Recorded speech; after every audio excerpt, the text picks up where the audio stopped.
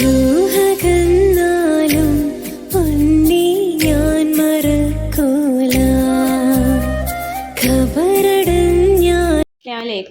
ഞാനിന്നിവിടെ കുറച്ച് ടിപ്സുകളായിട്ട് തന്നെയാണ് വന്നിരിക്കുന്നത്. അപ്പോൾ നമ്മൾ ഉണക്കമുളക് കഴുകി എടുക്കുന്നതാണ് കേട്ടോ കാണിക്കുന്നത്. അതുപോലെ തന്നെ കുറച്ച് മഞ്ഞളും. അപ്പോൾ ആദ്യം നമുക്ക് കുറച്ചെടുത്തിട്ട് നമ്മൾ എത്തിരി മുളക് ഒരു പാത്രത്തിലിട്ടിട്ട് അതിലത്തെ വല്ല കല്ലോ മണ്ണോ അങ്ങനെ എന്തെങ്കിലും ഉണ്ടെങ്കിൽ അതൊക്കെ ഒന്ന് വെടുപ്പാക്കിയെടുക്കാം. അതിൻ്റെ ശേഷം നമുക്ക് കഴുകിയെടുക്കാം കേട്ടോ. അപ്പോൾ അതൊന്ന് എങ്ങനെയാണെന്നുള്ളത് നോക്കാം. അപ്പോൾ ഞാനൊരു തുണിസഞ്ചി എടുത്തിട്ടുണ്ട് കേട്ടോ. തുണിസഞ്ചി എടുത്തിട്ടുണ്ട്. അപ്പോൾ ഇതിൽ വലിയ വല്ലാണ്ട് അഴുക്കുന്ന പൊടികളൊക്കെ ഉണ്ടാവും. ഇങ്ങനെ ഇതൊന്നും കാണുന്നില്ല, കല്ലും കട്ടൊന്നും കാണുന്നില്ല. അപ്പോൾ കുരുവൊന്നും കളയാതെ നമുക്ക് കഴുകിയെടുക്കാൻ വേണ്ടിയിട്ടാണ് കേട്ടോ. അപ്പോൾ ഞാൻ ഇതെല്ലാം അതിലോട്ടൊന്ന് എടുക്കാം കേട്ടോ. ഞാൻ ഇവിടെ ഒരു വട്ടകയിൽ വെള്ളം വെച്ചിട്ടുണ്ട്. ആ വെള്ളത്തിൽ ഇടുന്നുണ്ട് കേട്ടോ. ഇതിട്ട് വെച്ചിട്ട് നമുക്ക് കഴുകിയെടുക്കാം. നല്ലപോലെ അലമ്പി കഴുകാം. അപ്പോൾ ആ വെള്ളം അലമ്പി ഇങ്ങനെ കഴുകാം കേട്ടോ. സഞ്ചിയിൽ ഇതിങ്ങനെ ഇട്ട് വയ്ക്കുന്നുണ്ട്. എന്നിട്ട് നമുക്കിതിങ്ങനെ ഇങ്ങനെ അലമ്പി കഴുകാം. അപ്പോൾ ഈ മണ്ണും ചെളിയൊക്കെ ഇതിൽ കൂടെ പൊയ്ക്കോളും. എന്നുവെച്ചാൽ അരിപ്പ പോലത്തെ സഞ്ചിയാണ്. അല്ലെങ്കിൽ ഇത്തിരി കൂടി വേറൊരു ഉള്ളി സഞ്ചി കിട്ടും. അങ്ങനത്തെ ഇതിലായാലും നന്നായി ചെയ്യാൻ പറ്റും കേട്ടോ. ഇതായാലും കുഴപ്പമൊന്നുമില്ല കേട്ടോ. അത് പോണത് കാണാൻ പറ്റും. കളറ് കണ്ടാൽ അറിയാൻ പറ്റും.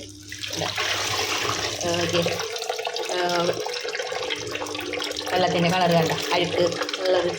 അപ്പോൾ അതുപോലെ അങ്ങനെ ഒന്ന് കഴുകിയെടുത്താൽ മതി കേട്ടോ. ഞാൻ കുറച്ച് സമയം ഇതിങ്ങനെ വെക്കേണ്ട കേട്ടോ. എന്നിട്ട് ഈ വെള്ളം ഒന്ന് മാറ്റട്ടെ.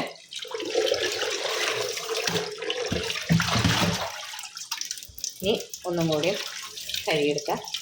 വെള്ളം പോവാനും സിമ്പിളാണ്. അപ്പോൾ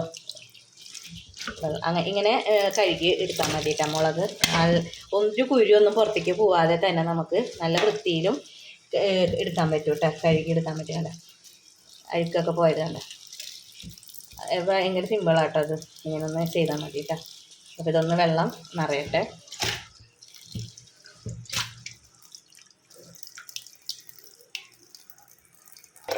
ഞാനിപ്പോൾ ഇത് 2-3 വട്ടമായിട്ട് വെള്ളം മാറ്റി കഴുകിയതാട്ടോ. കണ്ട അറിയാം കണ്ട. നല്ലപോലെ അലമ്പി കഴുകിയതാട്ടോ. ഇനി നമുക്ക് എന്താ ചെയ്യേണ്ടതെന്ന് വെച്ചാൽ ഒന്നുമില്ലെങ്കിൽ ഓട്ടോട്ടുള്ള പാത്രത്തിൽ വെക്കാം. അല്ലാന്നുണ്ടെങ്കിൽ ഇതേപോലെ തന്നെ വെച്ച് ഒന്ന് വെള്ളം വരേറ്റതിൻ്റെ ശേഷം നമുക്ക് വെയിലത്ത് വെച്ച് ഉണക്കാം കേട്ടോ. അപ്പോൾ ഇത് ഭയങ്കര സിമ്പിളാട്ടോ. ഒറ്റ കുരുവോ ഒന്നും പോകില്ല കേട്ടോ. അല്ലാതെ നമുക്ക് കിട്ടും ചെയ്യും, അഴുക്കും പോകും. അപ്പോൾ ഇതുപോലെ ഒന്ന് എല്ലാവരും ഒന്ന് ചെയ്യട്ടോ. ഇനി മല്ലി പിന്നെ മല്ലിയല്ല മഞ്ഞൾ പിന്നെ കുറച്ച് സമയം വെള്ളത്തിലിട്ട് നമുക്ക് വാറ്റി വെക്കാമല്ലോ. അത് പിന്നെ ഇങ്ങനെ അഴുക്കൊക്കെ കളയണം. അഴുക്കൊക്കെ നന്നായി ഉണ്ട് കേട്ടോ. മഞ്ഞളൊക്കെ കഴുകി കുറച്ച് നേരമൊക്കെ വെള്ളത്തിലിട്ട് കഴുകിയതിൻ്റെ ഒക്കെ ശേഷം ഉപയോഗിക്കാൻ നോക്കാം കേട്ടോ. പിന്നെ നമുക്ക് കല്ലും കട്ടൊക്കെ ഉണ്ടെങ്കിൽ നമുക്ക് പറക്കിയെടുക്കാമെന്ന് വിചാരിക്കാം. ഞാൻ കുറച്ച് സമയം വെള്ളത്തിലിട്ടിട്ട് കഴുകി നല്ലപോലെ 2-3 പ്രാവശ്യം കഴുകി വാറ്റിയേക്കും കേട്ടോ. അതുപോലെ തന്നെ ഇതും ഒന്ന് 2-3 പ്രാവശ്യം ഇനി കഴുകാനില്ല. മുളകിന് കഴുകൽ കഴിഞ്ഞു. ഇനി വെയിലത്തിട്ട് ഉണക്കി പൊടിപ്പിക്കും.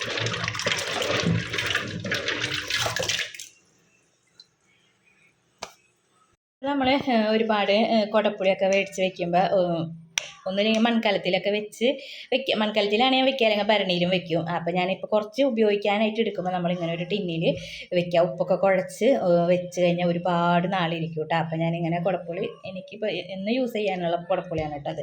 അപ്പോൾ ഞാനത് ഇങ്ങനെയാണ് കേട്ടോ വെക്കുക. നല്ല യൂസാണ്, ഒരുപാട് ഇരിക്കും കേട്ടോ. ഇങ്ങനെ എല്ലാവരും ഒന്ന് ചെയ്ത് നോക്കാം കേട്ടോ. കുടപ്പുളി കിട്ടുമ്പോൾ വാഷിംഗ് മെഷീനിൽ തുണികൾ അലക്കുമ്പോൾ നമ്മൾ സോപ്പ് പൊടി ഇട്ട് കൊടുക്കുമല്ലോ. ആവശ്യത്തിനുള്ള സോപ്പ് പൊടി ഇട്ട് കൊടുക്കുന്നതോടൊപ്പം തന്നെ കുറച്ച് സോഡാപ്പൊടിയും കൂടി ഇട്ട് കഴിഞ്ഞാലുണ്ടല്ലോ നല്ല പോലെ തുണികൾ ക്ലിയർ ആവും കേട്ടോ. അഴുക്കൊക്കെ പോയിട്ട്. അപ്പം അതിടയ്ക്കൊന്ന് ഇതുപോലെ ഇട്ട് കൊടുത്ത് അലക്കാൻ നോക്കുക. നല്ല പോലെ അഴുക്കൊക്കെ പോവും കേട്ടോ. അപ്പോൾ അതൊന്ന് ശ്രദ്ധിക്കുക.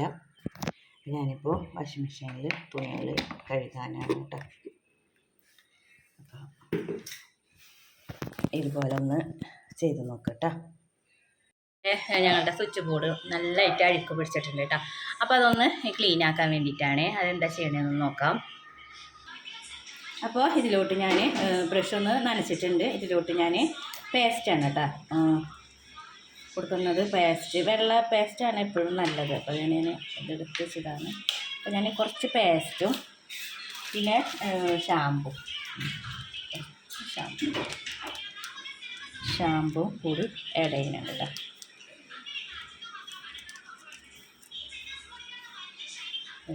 ഒന്ന് ആഡ് ചെയ്തിട്ട് നമുക്ക് ഇവിടെ ഒന്ന് പറ്റി കൊടുക്കാം. എല്ലായിടത്തും ഒന്ന് പറ്റി കൊടുക്കാം. ഇപ്പോൾ ഞാൻ എല്ലായിടത്തും നല്ല പോലെ പേസ്റ്റ് പറ്റി വെച്ചിട്ടുണ്ട്. അപ്പോൾ ഞാനൊരു നല്ല പോലെ കഴുകി നനഞ്ഞ തുണിയാണ് കേട്ടത്. പക്ഷെ അത് നല്ല പോലെ കഴുകിയിട്ട് പിഴിഞ്ഞതാണ് കേട്ടോ. എന്താ വെച്ചാൽ നമ്മൾ ശ്രദ്ധിക്കേണ്ടേ, കറണ്ടല്ലേ. അത് ഒന്ന് ശ്രദ്ധിക്കണം കേട്ടോ. എന്നിട്ട് നമുക്ക് ഒന്ന് നല്ല പോലെ ഒന്ന് തുടച്ചെടുക്കാം. നല്ല പോലെ ഒന്ന് തുടച്ചെടുക്കട്ടെ കേട്ടോ.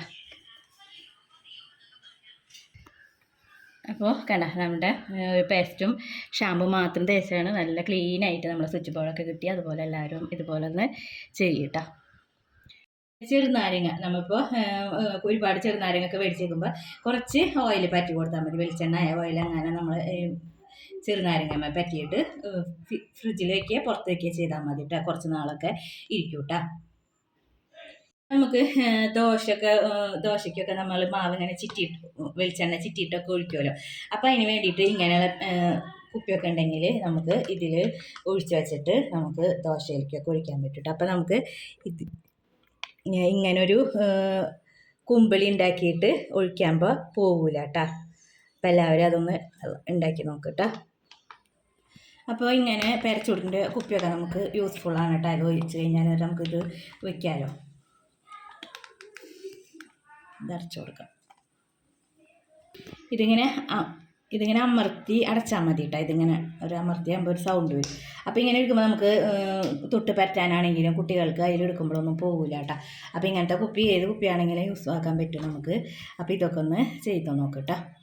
തക്കാളി എത്ര എണ്ണ ഉണ്ടായാലും നമുക്ക് ഒരു കേടില്ലാതെ ഒരുപാട് നാൾ വയ്ക്കാൻ പറ്റും കേട്ടോ. അപ്പോൾ വില കുറവിനൊക്കെ തക്കാളി മേടിച്ച് കഴിഞ്ഞാൽ അപ്പോൾ ഇതൊന്ന് കഴുകിയെടുക്കട്ടെ കേട്ടോ. അപ്പോൾ തക്കാളി ഞാൻ നല്ലപോലെ കഴുകി കൊണ്ടുവന്നിട്ടുണ്ട്. എന്നിട്ട് നമുക്ക് ഒരു നല്ലൊരു തുണി വെച്ചിട്ടോ ടിഷ്യൂ വെച്ചിട്ടോ അങ്ങനെ തുടച്ചു കൊടുക്കാം. അപ്പോൾ ഇനി തക്കാളി മേടിച്ചിട്ട് നാശമാവണ ഒരു പേടി വേണ്ട. വില കുറവിനൊക്കെ കിട്ടുമ്പോൾ തക്കാളിയൊക്കെ വാങ്ങി വയ്ക്കില്ല. അപ്പോൾ നമുക്ക് ഇത് ഇങ്ങനെ 2 കഷ്ണമാക്കാം. 2 കഷ്ണമോ 4 കഷ്ണമോ ആക്കാം. എന്നിട്ട് ഇതിങ്ങനെ ഒന്നും തൊടാതെ ഇങ്ങനെ വയ്ക്കാം. അങ്ങനെ എത്ര തക്കാളി ഉണ്ടോ അത്രയും നമുക്ക് ഇതിങ്ങനെ വയ്ക്കാം. എന്നിട്ട് നമുക്ക് ഫ്രീസറിൽ വയ്ക്കാം. ഫ്രിഡ്ജ് താഴെ ഇല്ല കേട്ടോ, ഫ്രീസറിൽ വയ്ക്കാം. എന്നിട്ട് ആവശ്യത്തിന് നമുക്ക് എടുത്താൽ മതി. അപ്പോൾ ഭയങ്കരമായിട്ട് കട്ട പിടിക്കാണ്ടിരിക്കുകയാണ്. ഇടയ്ക്കൊന്ന് എടുത്തൊന്ന് ഇതാക്കി കൊടുക്കാം. ഇപ്പോൾ ഇങ്ങനെ മൂടി വയ്ക്കുമല്ലോ. ഫ്രീസറിൽ വെച്ച് കഴിഞ്ഞാൽ ഭയങ്കരമായിട്ട് കട്ടാവില്ല. അപ്പം കട്ടായാൽ നമുക്ക് ഓരോന്നല്ല എടുക്കേണ്ടത്. അപ്പോൾ ഇതൊന്നും ഇങ്ങനെ ഒന്ന് ഷേക്ക് ചെയ്ത് കൊടുത്താൽ മതി. അപ്പോൾ ഇത് നമുക്ക് ഫ്രീസറിൽ വെച്ചാൽ മതി. എത്ര നാൾ വേണമെങ്കിലും ഇരിക്കും കേട്ടോ. എന്നിട്ട് നമുക്ക് ഇതുപോലെ ആവശ്യത്തിനുള്ള ഒരു തക്കാളി എടുത്ത് ഉപയോഗിക്കാം. ഇത് ഫ്രീസറിൽ വെച്ചാൽ മതി. ഇതുപോലെ ചെയ്ത് നോക്കട്ടോ.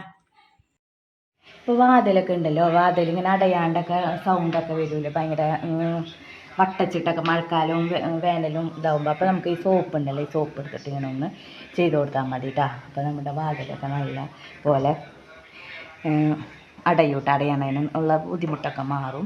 അപ്പോൾ എൻ്റെ വീഡിയോസ് കണ്ട് ഇഷ്ടമാണെങ്കിൽ എല്ലാവരും ഒന്ന് ലൈക്കൊക്കെ ചെയ്ത് ഷെയർ ചെയ്തൊന്ന് സപ്പോർട്ടാക്കണേ. ഇതുപോലെയുള്ള നല്ല ടിപ്സുകളായിട്ട് തന്നെ അടുത്ത് ഞാൻ വരാം. അസ്സലാമു അലൈക്കും.